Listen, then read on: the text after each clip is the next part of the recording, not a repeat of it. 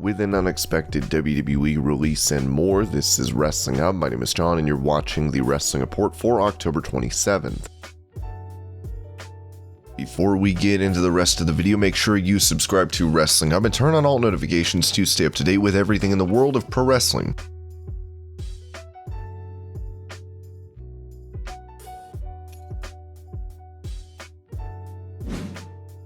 Given the previous Wednesday night ratings war between NXT and Dynamite, there are many that take sides in the battle between WWE and AEW. During the Monaco Streaming Film Festival, AEW President Tony Khan touched on tribalism in pro wrestling. There is nothing new. There is nothing new about that. It's just more widespread than it used to be. But even in the last wrestling boom, online, there was a great amount of this. It was just the medium was very different. There were less people in the chat rooms, the forums. This was all happening on dial-up internet for the most part, and there's a huge amount of tribalism back then, and I was a part of it, and now I see it, not from the other side, but where the battlefield is just much larger. There is much bigger of a fan base online talking about these events, talking about AEW and WWE compared to when I was a kid. Now the companies people probably talk about the most are WWE, AEW, and New Japan. I would say when I was a kid it was the WWF, WCW, and ECW. New Japan was a company that worked with WCW a lot, but they hadn't necessarily built as much of a reputation in America, where they could stake a claim that they were one of the top 3 companies legitimately. So that's pretty interesting. The battlefield on TV is very different. There may not be as many linear TV viewers as there were, which is kind of misleading to people, I think, because then they think the wrestling boom isn't real. The pay-per-view show that it's real, and really the TV revenues are what make it real, because the TV rights fees are much higher than they ever were. That's what got me into the wrestling business, is the TV rights fees. The reason I plopped down millions and millions of dollars to sign up wrestlers and to build this business plan is because TV rights fees justified it. If we could build a hit TV show, which we did, we could command big rights fees to build a company around. So that was the business model. We signed a $175 million 4-year extension that's really been one of the key lifeblood revenue streams of this company, in particular when live event touring revenue dissipated through the pandemic. That was our key revenue source. During the 30-minute Smackdown and Rampage went head-to-head, there was not much crossover between viewers of WWE and AEW, so it seems that most have already picked their side.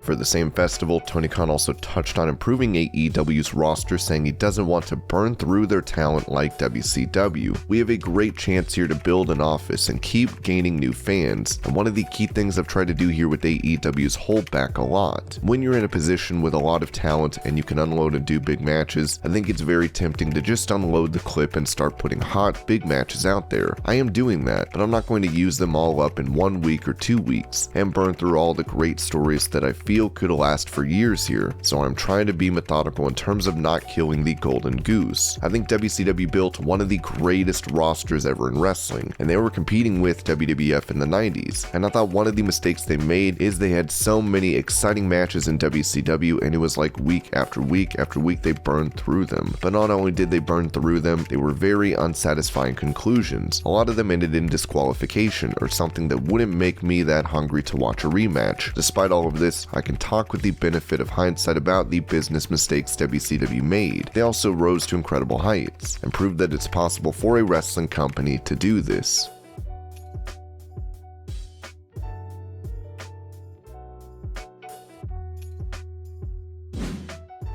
While Triple H is recovering after a heart procedure, Shawn Michaels is in his place looking over NXT. Speaking to Sports Illustrated, he talked about this role. Trying to step in and fill his role is impossible to do. Everybody here misses him unbelievably, especially me, but I always go back to this. Everything in real life takes precedence over everything else. This was a situation where my best friend needed my help and needed me to step in, so I look at this as an opportunity in a small way to thank him for everything he did for me earlier in my career. Taking over the responsibilities here is a drop in the bucket compared to what he did for me all those years back. I'm honored to at least have the opportunity to pay him back a little bit and be there for him. That's what this whole company does. This whole relaunch has been everyone pulling together, and I'm energized and inspired to keep this NXT territory going strong during his absence. With the changes on NXT, Michaels feels this alteration is reminiscent of the Attitude Era. Doing this now for 35 years, I've seen constant change, and change is certainly not new to us in WWE.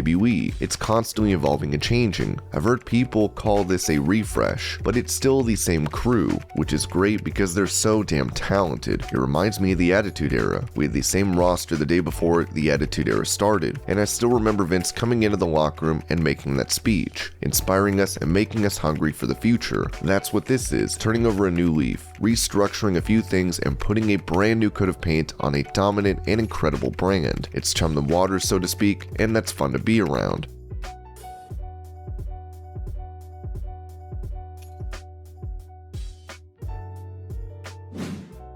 With him having a victory over Randy Orton, Bearcat Lee spoke to Ryan Satin giving praise to Orton for helping his career. I don't know many people that get to walk into the main roster and get to immediately work with Randy Orton, but that was something where I feel like I'm good for the rest of my career. Randy is someone that has kind of become a mentor, if you will, and someone that leads the way in a great fashion. The moment he told me that I'm really good at this thing, I didn't care what anybody else thought anymore. He's not a person that will compliment you on your abilities if he doesn't mean it. To get his approval is something like I'm good because now I know I'm everything I say I am, and I'm good with that. However everything else goes, it's fine. Lee then had this to say about Orton's in-ring acumen. I agree with that consensus that he is one of the greatest storytellers, honestly, in a long time. The guy gets it, and I relate to him on many levels about that and how this art is done.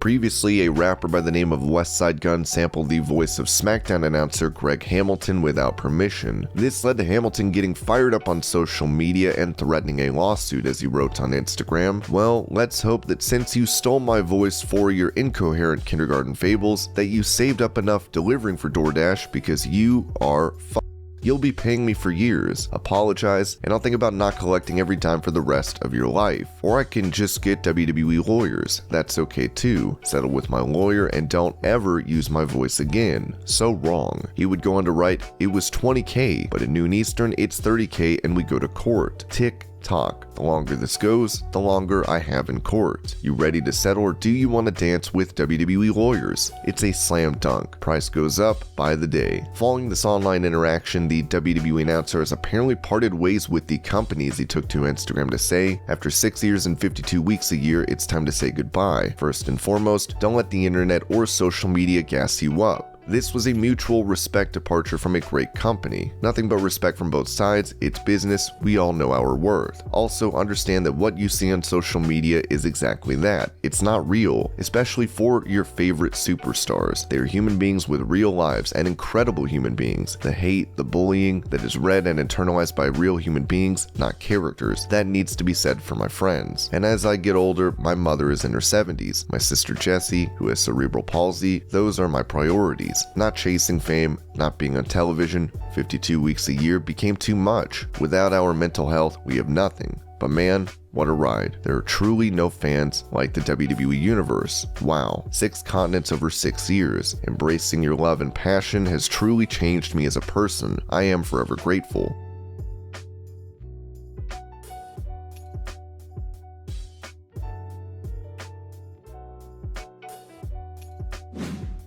Following his AEW debut, CM Punk has been seen wrestling on Rampage weekly, with him looking like he is building up to higher profile matches. Speaking to DAZN, Punk mentioned not being included in the AEW World Title Eliminator Tournament. I would have loved to have been a part of it. Looking at the field and seeing the names that were in it, I definitely think I could have fit in. It'll come. You know, it's not my time, but it'll come at a later date. Looking at the bigger picture of things, the map that I have laid out in front of me, I know all the destinations. You know, there's so many people I want to get in the ring with, but knowing how much time I have, I know I'm going to get to all of them people. For Dynamite tonight, Punk will be squaring off against Bobby Fish, as that looks to be another solid match for the Second City Savior.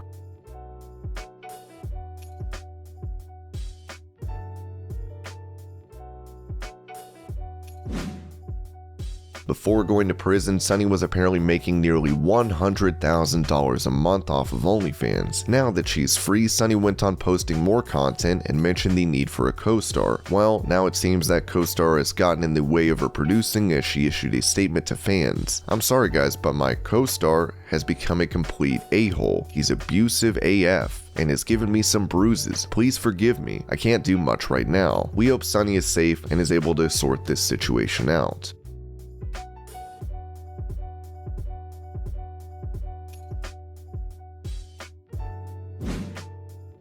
Speaking to GOW Media, Eric Bischoff touched on WWE's current product and compared it to AEW. WWE is creating global product. AEW is creating a domestic product. Due to this, the WWE product feels a little sterile. There is a sameness, softness to it. The action is great, the characters are colorful, the production is outstanding, but it does not have the same edge that AEW has, as AEW is not trying to compete internationally. While Bischoff has been critical of AEW and Tony Khan, it seems he has a more positive view of AEW in terms of putting out more gritty content.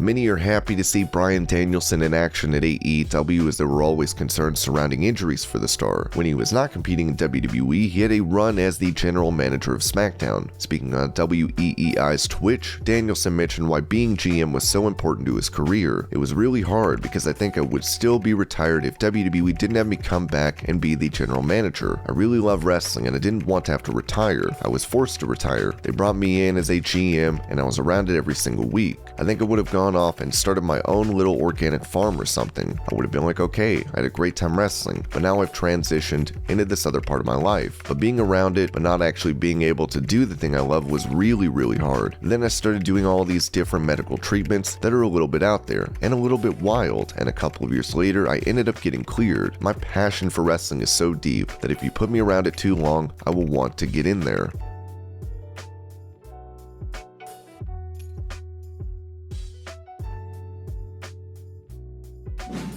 With Ring of Honor losing more and more stars and rumors of Sinclair Broadcasting cutting the company, Ring of Honor has released a statement writing, "The year will culminate with Final Battle in December, and we will be taking the first quarter of 2022 to work internally to reimagine ROH. ROH has the most dedicated fans in the industry, and we appreciate their loyalty and patience as we reconceptualize ROH." As they look to return to live events in April for the Super Card of Honor, Dave Meltzer would further note that everyone in the company was let go from their contracts. Whether this is a similar branding situation to NXT or not remains to be seen. And this was your Pro Wrestling News Update. I hope you're all having a great day. Thank you so much for watching, and I'll see you later.